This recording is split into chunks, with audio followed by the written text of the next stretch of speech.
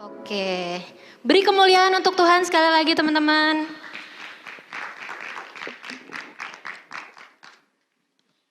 Oke, sebelumnya saya mau nyapa dulu nih para Lightizen yang ada di tempat ini. Shalom Lightizen. Wah, sekali lagi yang lebih semangat. Shalom Lightizen. Oke, puji Tuhan. Nah, Lightizen, mungkin ada di antara Lightizen yang belum kenal, perkenalkan. Nama saya Lydia Agustin. Teman-teman, hai. Teman-teman boleh panggil Kak Lydia ya. Oke, nah saya ini bersyukur banget teman-teman.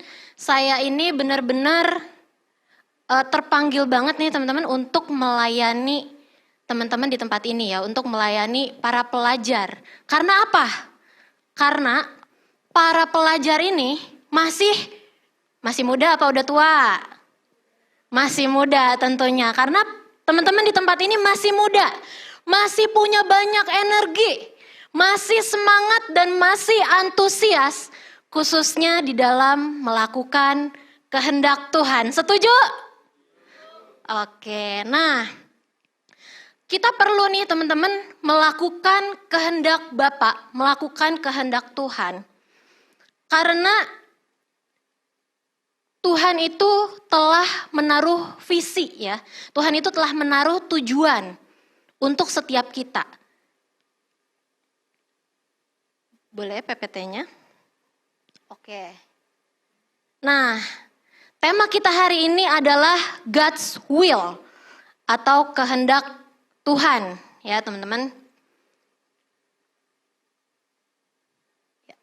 Oke, sudah muncul God's will ya atau kehendak Tuhan ya. Kita perlu tahu apa sih yang jadi kehendak Tuhan buat hidup setiap kita. Karena nggak ada satupun di antara kita yang terlahir di dunia ini secara sia-sia. Tidak ada satupun di antara kita yang terlahir di dunia ini secara kebetulan. Tapi sebelum kita diciptakan ya teman-teman, sebelum kita lahir, Tuhan tuh udah siapin tujuan buat hidup kita. Boleh dibantu? Ya Tuhan tuh udah siapin tujuan buat hidup kita ya. Tuhan sudah memiliki tujuan mulia sebelum kita dilahirkan. Ayatnya ada di Mazmur 139 ayat 16 ya teman-teman. Di sini dikatakan matamu melihat selagi aku bakal anak. Dan dalam kitabmu semuanya tertulis hari-hari yang akan dibentuk sebelum ada satupun daripadanya. Sebelum kita dilahirkan, ya teman-teman, sebelum kita ada di dalam dunia ini, nama kita, hari-hari kita, semuanya sudah ada di dalam kitab kehidupan, ya teman-teman. Sudah ada di dalam kitabnya Tuhan. Jadi sebelum Kelton lahir di dunia ini, Tuhan sudah tahu, Tuhan sudah punya tujuan buat Kelton. Hari-harinya Kelton sudah Tuhan tuliskan di dalam kitab kehidupannya Tuhan. Bahwa akan lahir seorang anak laki-laki yang ganteng bernama Kelton. Dia akan menjadi anak kebanggaanku. Dia akan ibadah di Lights Above Cikarang dan pelayanan di multimedia. Beri kemuliaan buat Tuhan teman-teman. Itu semuanya sudah tertulis ya, bukan cuman Kelton ya teman-teman. Tapi setiap kita ada di dalam kitab kehidupannya Tuhan. Ya, setiap kita sudah Tuhan sediakan tujuannya. Ya, apa sih yang Tuhan mau di dalam hidup kita? Itu udah ada teman-teman dari sebelum kita lahir. Nah, makanya kita perlu tahu apa sih yang jadi tujuan Tuhan buat hidup kita. Kita perlu mengerti apa yang menjadi kehendak Tuhan itu. Supaya apa teman-teman? Supaya hidup kita menjalani kehidupan kita secara maksimal. Supaya apa yang Tuhan mau buat hidup kita tergenapi. Tuhan udah nyiptain kita dengan spek khusus ya teman-teman. Kan dia penciptanya kita. Terus dia punya tujuan nih buat hidup kita. Nah karena Tuhan punya tujuan buat hidup kita, maka dia juga menyediakan spek khusus ya, kelebihan-kelebihan khusus agar kita dapat menggenapi tujuan itu. Misalnya handphone, teman-teman. Handphone gunanya untuk apa, teman-teman? Yang basic aja deh, yang basic ya. Sekarang kan handphone gunanya udah banyak ya, udah bisa nonton, udah bisa main, udah bisa ini. Tapi basicnya handphone buat apa? Buat berkomunikasi, ya kan? Makanya yang merancangkan handphone itu menciptakan spek khusus supaya handphone bisa dipakai untuk berkomunikasi, gitu teman-teman. Nah, kita perlu tahu apa yang jadi tujuan Tuhan di dalam hidup kita supaya kita melakukan kehidupan ini sesuai dengan apa yang Tuhan mau. Supaya kita berfungsi sesuai dengan fungsinya, teman-teman. Sesuai dengan fungsinya. Nah, misalnya nih teman-teman. Teman-teman tahu ini apa namanya? Mic ya, mic ya. Nah, kalau misalnya nih mic ini saya pakai tidak sesuai dengan fungsinya. Misalnya saya mau pakai mic ini buat main drum. Kira-kira bisa nggak? Bisa, benar. Tapi saya nggak. Maksimal nggak fungsi mic ini? Nggak maksimal ya teman-teman. Sama kayak hidup kita. Ketika kita menjalani kehidupan kita, tidak sesuai dengan apa yang menjadi tujuannya Tuhan buat hidup kita. Bisa nggak? Bisa. Tapi sayang nggak? Sayang teman-teman. Nggak maksimal. Ya. Nah, mungkin nih contohnya yang lebih relate ya.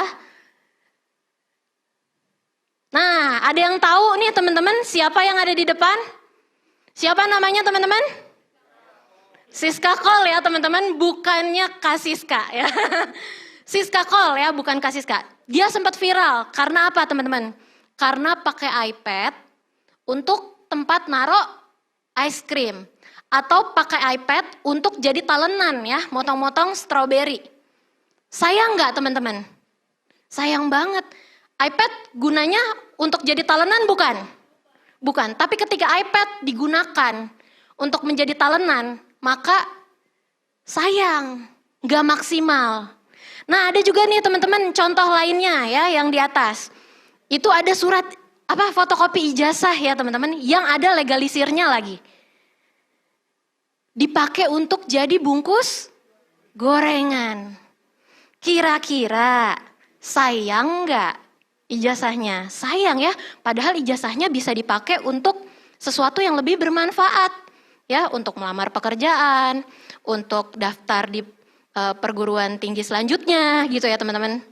Bisa dipakai secara maksimal harusnya. Tapi ketika ijazah itu tidak dipakai sesuai dengan fungsinya, maka ijazah itu menjadi sayang ya teman-teman, mubazir gitu ya. Nah terus ada lagi teman-teman, itu ada orang naik motor. Harusnya kalau naik motor safety-nya pakai apa teman-teman? Helm ya. Tapi ini pakai pot bunga. Kira-kira apakah pot bunga itu dapat berfungsi secara maksimal? Tidak ya. Bahkan ketika dia melakukan fungsi yang lain, itu bisa berbahaya. Ya teman-teman, bisa membahayakan penggunanya. Nah sama teman-teman seperti hidup kita. Bisa nggak sih kita nggak melakukan kehendak Tuhan? Bisa nggak teman-teman? Bisa nggak kita mau melakukan kehendak kita sendiri aja nih? Bisa, tapi sayang nggak teman-teman? Sayang, hidup kita akan jadi tidak maksimal. Kita tidak akan berfungsi sesuai dengan spek yang sudah Tuhan rancangkan di dalam hidup kita. Ya, Tuhan udah mendesain hidup kita sedemikian rupa. Misalnya median gitu ya, kamedian. Tuhan udah rancangkan untuk menjadi pendoa syafaat, misalnya kayak gitu.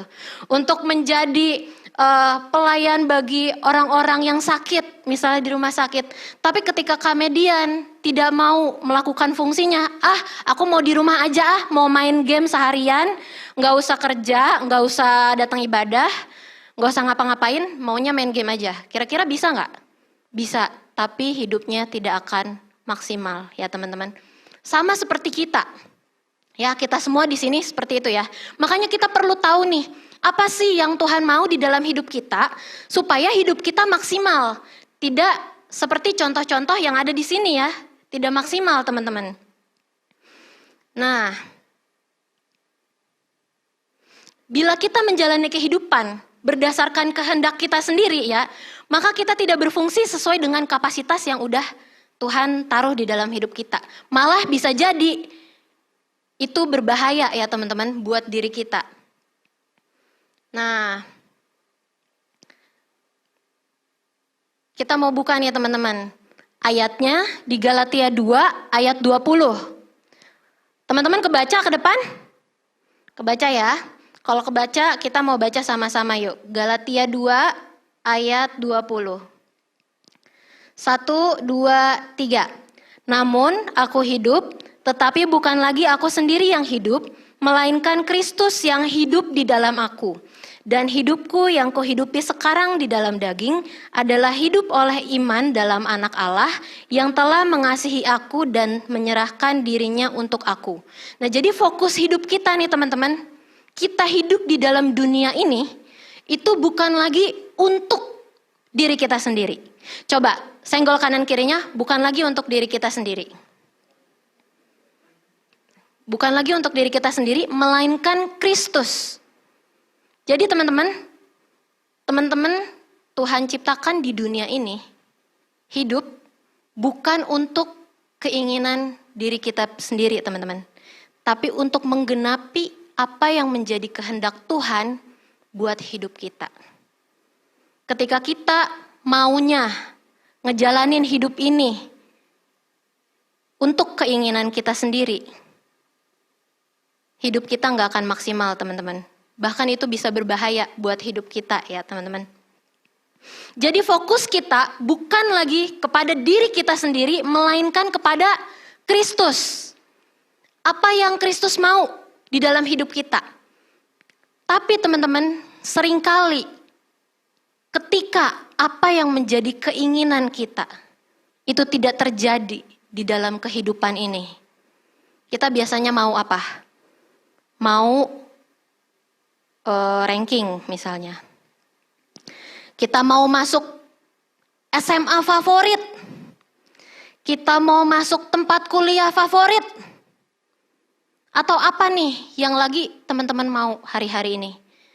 Tapi ketika kita belum mendapatkan apa yang menjadi keinginan kita. Kita udah menanti-nantikan hal itu untuk waktu yang lama. Tapi kita belum mendapatkan hal itu. Seringkali teman-teman kita menjadi kecewa. Seringkali kita jadi sedih. Seringkali kita jadi tawar hati. Aku gak maulah doain tentang hal ini. Aku udah doain tentang hal ini terus menerus. Tapi kayaknya gak ada perubahan tuh. Aku udah berusaha belajar kayak gimana pun.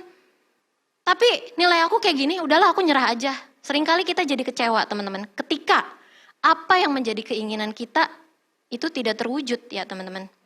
Ketika apa yang kita rindukan setelah sekian lama itu tidak terwujud, seringkali kita kecewa.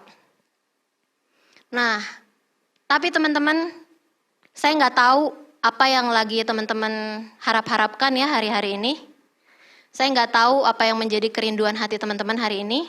Saya nggak tahu kejadian-kejadian apa di hidup teman-teman yang mungkin luar biasa buat hidup teman-teman sampai teman-teman nggak ngerti sama kehendak Tuhan, nggak ngerti sama apa yang terjadi ya. Saya nggak tahu. Masing-masing kita pasti punya battleground-nya masing-masing. Masing-masing kita punya struggle-nya masing-masing. Tapi saya mau bilang, teman-teman tetaplah percaya kepada Tuhan, teman-teman. Karena rencana Tuhan adalah yang terbaik buat kita. Meskipun sekarang kita belum ngerti, kenapa sih hidupku harus begini? Kenapa sih aku harus kuliah di sini? Kenapa sih aku harus sekolah di sini? Aku kan pengennya di sini. Tapi teman-teman mau nggak percaya kalau itu sudah Tuhan sediakan, itu adalah yang terbaik buat kita semua, teman-teman. Nah, Tuhan tuh lebih mengenal diri kita, lebih dari diri kita sendiri. Tuhan tuh lebih tahu apa yang terbaik buat kita, lebih dari diri kita sendiri. Makanya teman-teman di Amsal 19 ayat 21 ya, banyaklah rancangan di hati manusia. Mungkin kita banyak merancangkan ini, merancangkan itu, merancangkan ini, merancangkan itu, punya planning, punya tujuan di hidup kita, mau begini, mau begitu. Tapi keputusan Tuhanlah yang jadi, teman-teman. Keputusan Tuhanlah yang jadi. Tapi, namun nih teman-teman, teman-teman jangan takut mendengar ayat itu. Jangan takut kalau keinginan kita nanti nggak tercapai. Oh toh, kehendak Tuhan yang jadi, rencana Tuhan toh yang jadi. Teman-teman jangan takut, karena apa? Karena rancangan Tuhan adalah rancangan damai sejahtera. Bukan rancangan kecelakaan, teman-teman. Tapi rancangan yang membawa kita kepada masa depan yang penuh dengan harapan. Itu ada ayatnya, teman-teman. Di Yeremia 29 ayat 11, teman-teman bisa buka. Kalau teman-teman nggak percaya ya. Kalau teman-teman nggak percaya, itu ada ayatnya, teman-teman. Itu adalah janji Tuhan, teman-teman. Rancangan Tuhan adalah rancangan yang membawa damai buat kita. Jadi, yang terjadi di dalam kehidupan kita adalah tadi apa? Keputusan Tuhan. Nah, jadi yang terjadi di dalam hidup kita hanyalah rancangan yang membawa damai, teman-teman.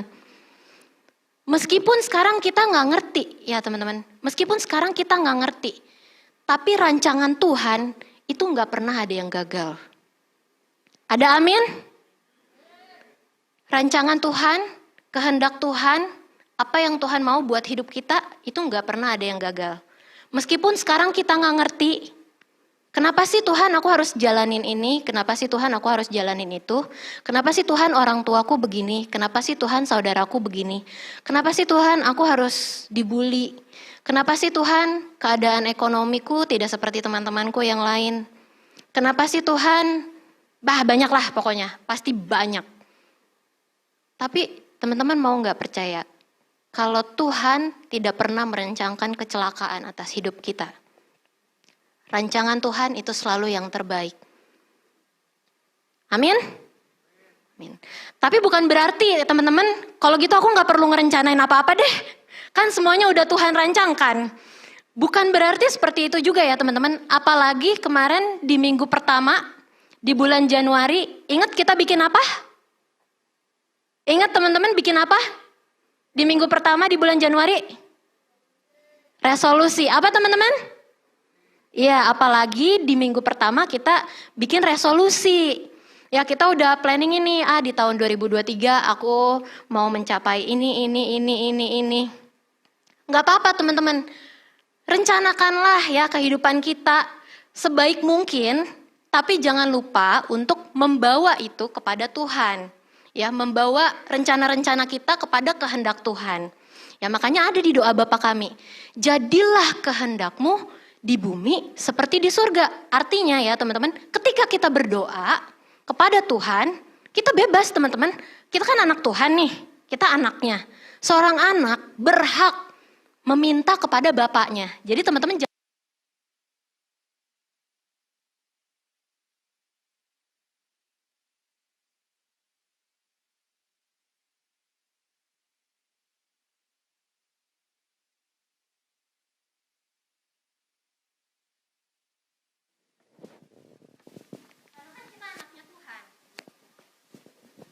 tapi bawalah doa kita kepada Tuhan ya teman-teman. Sama teman-teman di Lukas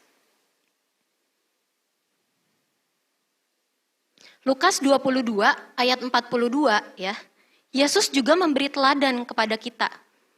Ketika itu Yesus berdoa ya, sebelum Yesus disalib. Yesus berdoa kepada Bapak, Yesus meminta nih. Lalukanlah, ambillah cawan ini daripadaku.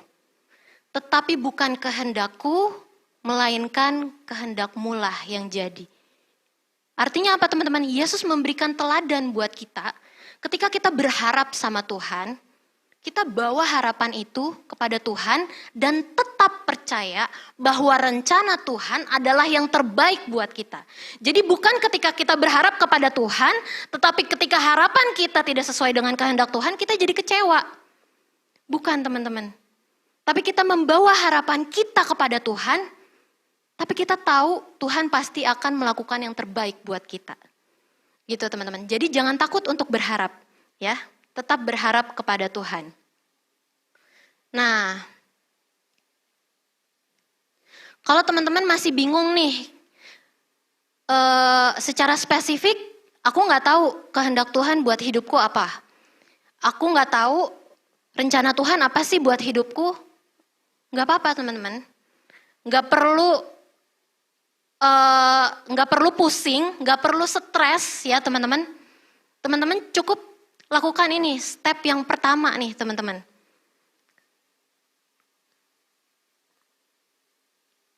Teman-teman berdoalah, minta kepada Tuhan kepekaan. Ya, gimana kita mau tahu kehendaknya Tuhan kalau kita nggak pernah nanya. Misalnya nih, saya misalnya lagi jalan bareng Kayla. Terus kira-kira saya mau bikin Kayla seneng nih. Saya ajak nih Kayla ke mall yuk, gitu kan, ke mall. Terus karena di dalam hati saya pengen bikin Kayla seneng, akhirnya saya traktir dia makan udang misalnya. Tapi saya nggak nanya-nanya nih sama dia, udah langsung aja saya beliin udang. Nah saya nggak tahu ternyata Kayla alergi sama udang. Nah, lebih baik kan kalau sebelum traktir saya nanya dulu, Kayla suka udang atau enggak? Mau udang atau enggak? Kayak gitu kan.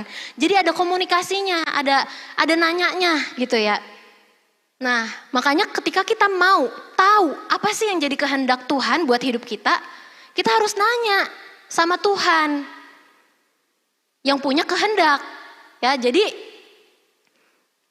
kita harus punya hubungan nih sama Tuhan ya. Dan bertobat teman-teman, janganlah menjadi serupa dengan dunia ini, tetapi berubahlah oleh pembaruan budimu, supaya engkau tahu manakah kehendak Allah. Ya, jadi kita punya kepekaan kepada Tuhan, bila kita tidak serupa dengan dunia ini ya, sehingga engkau tahu manakah kehendak Allah, apa yang baik, yang sempurna, dan mendatangkan kebaikan ya teman-teman. Jadi jangan serupa dengan dunia ini. Jadi kalau misalnya nih, teman-teman mau tahu kehendaknya Allah, tapi teman-teman belum bertobat, belum ada pembaruan budi, belum ada pembaruan pikiran, masih sama nih kayak dunia ini, masih serupa sama dunia ini, masih maunya berjalan sendiri, masih maunya asik-asik aja, masih maunya keterikatan aja, masih maunya, ya udahlah aku kan masih muda ya, dunia ini seperti itu, kita masih muda, kita jalani aja kehidupan ini seperti anak muda yang bebas, lepas, young and free. Itu dunia teman-teman. Yang enggak mau tahu kehendak Allah. Jangan serupa seperti dunia ini teman-teman. Jangan sama. Kalau teman-temanmu di kelas semuanya nyontek, jangan serupa seperti dunia ini. Terkadang ya kita terkadang kita menormalisasi dosa yang dilakukan secara korporat. Dosa yang dilakukan secara bersama-sama ya. Kadang-kadang kalau misalnya di dalam kelas, satu kelas nyontek semua. Rasanya kalau kita ikutan nyontek kayaknya nggak salah deh. Nah padahal itu tetap salah teman-teman. Jangan serupa seperti dunia ini. Dunia ini arahnya kemana? Nggak gaul kalau nggak ngerokok. Jangan sama seperti dunia ini teman-teman. Karena apa teman-teman? Karena dunia ini lenyap oleh keinginannya. Mungkin pertama-tama kita ngerasa ketika kita ngelakuin keinginan kita, kita seneng. Kita seneng nih ngelakuin keinginan kita. Kita ngerokok, kita asik sama teman-teman, nongkrong terus. Pulang larut misalnya jam 3, minum. Mungkin kelihatannya happy. Kelihatannya seneng, tapi pelan-pelan itulah yang akan melenyapkan kehidupan kita. Jadi jangan serupa dengan dunia ini ya. Karena dunia ini lenyap oleh keinginannya. Tetapi orang yang melakukan kehendak Bapa akan tetap hidup selama-lamanya. Mendapatkan mahkota kehidupan dari Tuhan. Teman-teman, Tuhan tuh gak pernah berhutang. Ya. Ketika kita melakukan kehendak Bapa, percaya deh, Tuhan itu memegang kehidupan kita. Ketika kita mau melakukan kehendak Bapa, Tuhan tuh menyediakan loh apa yang kita butuhkan. Jadi teman-teman jangan takut. Kalau misalnya aku melakukan kehendak Bapa, berarti aku gak boleh mikirin hidup aku sendiri dong. Nanti hidupku hancur gimana? Enggak, teman-teman. Mata Tuhan itu gak tertutup. Kita punya Tuhan yang bisa melihat. Kita punya Tuhan yang bisa mendengar. Kita punya Tuhan yang hidup. Tuhan itu adil. Ketika kita melakukan kehendak Bapa, Dia gak akan meninggalkan hidup kita. Ketika kita melakukan kehendak Bapa, Dia gak akan membiarkan kita sengsara, teman-teman. Tuhan pasti akan menyediakan apapun yang kita butuhkan. Bahkan Tuhan merencanakan hal yang baik, merancangkan damai sejahtera buat kita. Jadi kehendaknya Bapa, apa yang Tuhan mau buat hidup kita, itu bukan kayak PR yang benar-benar kayak nyusahin kita gitu misalnya. Enggak, teman-teman. Bukan kayak tugas yang sulit, yang kita harus berdarah-darah, yang harus bagaimana gitu ketika melakukannya. Ya, mungkin memang pada kenyataannya seringkali terkadang berat. Tapi teman-teman, semua itu mendatangkan kebaikan buat kita. Akan ada buah teman-teman yang kita terima gitu. Nah, jadi yang pertama teman-teman, kalau misalnya teman-teman masih serupa dengan dunia ini, masih mau menjalani kehidupan ini dengan gayanya dunia ini yang menghanyutkan, bertobat. Ya teman-teman, senggol kanan kirinya, bertobat. Ketika kita udah bertobat nih teman-teman, ketika kita udah berpaling dari jalan kita yang lama kepada jalan Kristus, kita akan memiliki kepekaan teman-teman. Kepekaan atas apa sih yang Tuhan mau buat hidup kita. Jadi bertobat dulu nih teman-teman, bertobat. Jangan mau sama seperti dunia ini ya. Oke, lalu yang kedua nih teman-teman.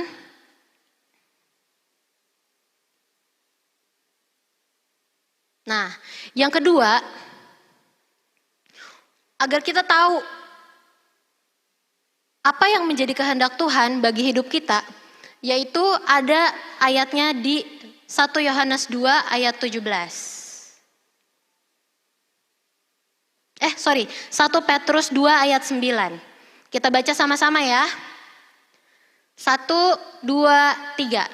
Tetapi kamulah bangsa yang terpilih, imamat yang rajani, bangsa yang kudus, umat kepunyaan Allah sendiri, supaya kamu memberitakan perbuatan-perbuatan yang besar dari Dia, yang telah memanggil kamu keluar dari kegelapan kepada terangnya yang ajaib. Jadi kalau misalnya kita nggak tahu apa sih kehendak Tuhan secara spesifik di dalam hidup kita, teman-teman lakuin aja ini dulu. Yang di merah-merahin ya teman-teman, khususnya yang di merah-merahin nih. Supaya kamu memberitakan perbuatan-perbuatan yang besar dari Dia. Jadi nggak usah ribet nih teman-teman mikirin kemana-mana, apa sih kehendak Tuhan, apa sih kehendak Tuhan. Teman-teman lakuin aja dulu nih yang ini. Memberitakan perbuatan-perbuatan yang besar. Melalui apa teman-teman? Melalui perkataan dan perbuatan kita. Alias kita jadi berkat. Dimanapun kita berada melalui perkataan dan perbuatan kita. Nah, kita mau jadi berkat untuk teman-teman kita, untuk keluarga kita, untuk generasi kita, untuk orang lain. Pokoknya untuk semua yang kita temui ya teman-teman. Semua yang kita temui. Karena apa teman-teman? Karena kita diciptakan itu untuk menjawab kebutuhan dari generasi hari ini teman-teman. Kita diciptakan untuk menjawab kebutuhan dari generasi hari ini. Contohnya ya, saya mau kasih contoh. Teman-teman ada yang tahu wifi? Ada yang gak tahu wifi boleh angkat tangan? Eh, Oke, Oke, pasti semuanya di sini udah tahu ya, apakah itu WiFi. WiFi itu diciptakan di era sekarang-sekarang ini, teman-teman. Ada WiFi di sekarang-sekarang ini. Teman-teman bisa bayangin nggak, kalau WiFi diciptakannya waktu pas zaman Adam dan Hawa? Kepake nggak kira-kira WiFi-nya? Nggak kepake, teman-teman, karena kalau bahasa orang Cikarang mah boro-boro. Boro-boro mau pakai WiFi. Handphone aja nggak ada, laptop aja nggak ada, komputer aja nggak ada. Gimana cara pakainya? Nah, sama seperti kita nih teman-teman. Tuhan menciptakan kita di generasi kita sekarang ini. Karena apa? Karena kita, Tuhan rencanakan untuk menjawab kebutuhan yang ada di generasi sekarang ini. Percaya nggak kira-kira teman-teman di samping kalian itu orang yang Tuhan kirim untuk menjawab kebutuhan generasi saat ini. Jangan pandang remeh nih orang di samping kalian nih. Dia adalah orang yang Tuhan utus untuk menjawab kebutuhan generasi hari-hari ini. Apa yang generasi hari ini butuhkan? Teman-teman samping kalian jawabannya. Dan termasuk diri kalian sendiri ya. Kita nih jawaban untuk generasi kita hari ini. Generasi ini membutuhkan apa sih nih teman-teman? Nah ini nih teman-teman orang-orang yang membutuhkan kita. Inilah generasi-generasi yang membutuhkan kita. Ya, yang mungkin ada masalah di keluarganya. Yang mungkin punya keterikatan-keterikatan yang sulit lepas. Yang sedang menderita ya teman-teman. Yang sedang bersedih hati. Mereka-mereka lah yang membutuhkan kita teman-teman. Kitalah yang mereka butuhkan. Bukan cuman Kak Siska, bukan cuman Kak Beni, bukan cuman Kak Yoga, bukan cuman Kakak Lydia, tapi kita semua. Tuhan gak peduli sama masa lalu setiap kita. Baik meskipun baru kemarin kita ngelakuin dosa. Baru kemarin nih Kak aku ngerokok, gak mungkin Tuhan panggil aku. Bahkan baru tadi pagi aku berantem sama orang tua aku, nggak mungkin Tuhan panggil aku. Saya mau bilang teman-teman, balik ke poin yang tadi teman-teman yang nomor 1, bertobat. Ya teman-teman, bertobat dan lakukan kehendak Tuhan. Jadi apa yang jadi kehendak Tuhan tidak terhalang oleh dosa-dosa kita. Meskipun baru kemarin kita nyontek, bukan berarti panggilan Tuhan dicabut gitu dari hidup kita. Enggak teman-teman, tapi kalau kita sadar kita salah, bertobat teman-teman. Bertobat hari ini dan lakukan apa yang menjadi kehendak Tuhan. Dimulai dari sekarang ya teman-teman. Karena apa teman-teman? Karena generasi ini butuh kita semua. Tapi teman-teman ayo kita baca sama-sama. Generasi ini butuh saya ya. 1, 2, 3. Generasi ini butuh saya. Kok ngomongnya lemes kayak nggak percaya? Kayak nggak yakin sih? Ngomong yang tegas. Sampai kuping kita ngedenger apa yang mulut kita omongin. Ya, supaya itu jadi iman kita juga ya. Supaya kita semangat nih buat mau berdiri buat generasi ini ya. Kita baca lagi sama-sama ya. 1, 2, 3. Generasi ini butuh saya. Sekali lagi. Tunggu ya, belum dihitung sampai 3. Saya hitung dulu sampai 3, oke? 1, 2, 3. Generasi ini butuh saya. Nah, teman-teman, siapa yang mau berdiri buat generasi kita sekarang? Siapa yang mau memberi dirinya untuk menjadi berkat buat generasi kita? Boleh angkat tangan? Oke teman-teman, terima kasih atas kesediaannya. Saya mau undang nih teman-teman untuk bangkit berdiri. Saya mau undang pemusik.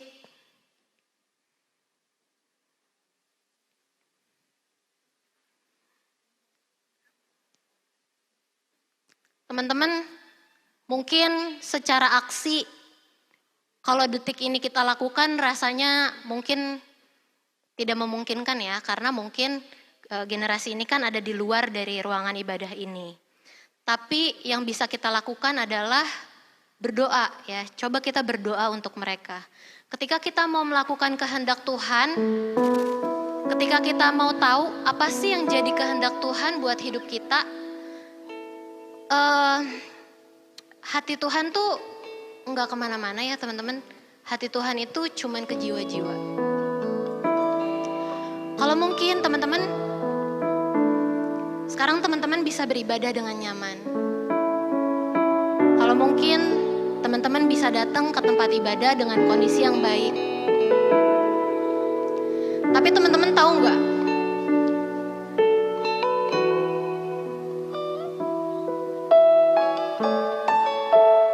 Di luar sana teman-teman, banyak orang yang butuh Tuhan, tapi mereka nggak ngerti.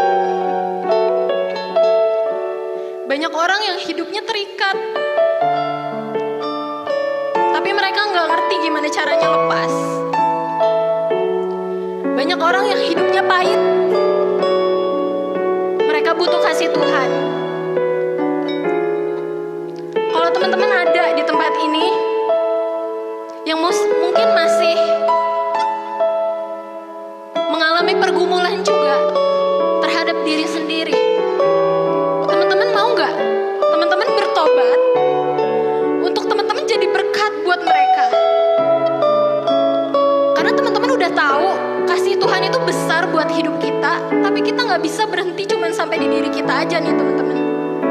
Ketika kita mau melakukan kehendak Tuhan, pasti ada hati yang mau untuk jadi berkat buat mereka juga teman-teman. Ini nggak main-main. Ketika teman-teman diciptakan, ketika teman-teman belum terlahir di dunia, teman-teman sadar nggak? Tuhan tuh memilih teman-teman. Tuhan tuh memilih setiap kita untuk menjadi berkat. Jadi kamu ada di tempat ini bukan untuk tujuan yang sia-sia. Kalau teman-teman ada di tempat ini yang ngerasa dirinya nggak berharga, kalau teman-teman ngerasa ada di tempat ini yang ngerasa nggak bisa apa-apa, saya mau bilang enggak teman-teman. Tuhan tuh punya tujuan yang besar buat hidup setiap kita. Tapi mau nggak sih kita mendengar apa yang jadi kehendak Tuhan? Mau nggak sih kita berhenti bergumul atas kehendak kita sendiri? Mau gak sih kita bertobat? Untuk teman-teman yang mau berdiri buat generasi ini, teman-teman yang mau jadi berkat untuk keluargamu, untuk teman-temanmu, mari kita sama-sama menaikkan pujian ini.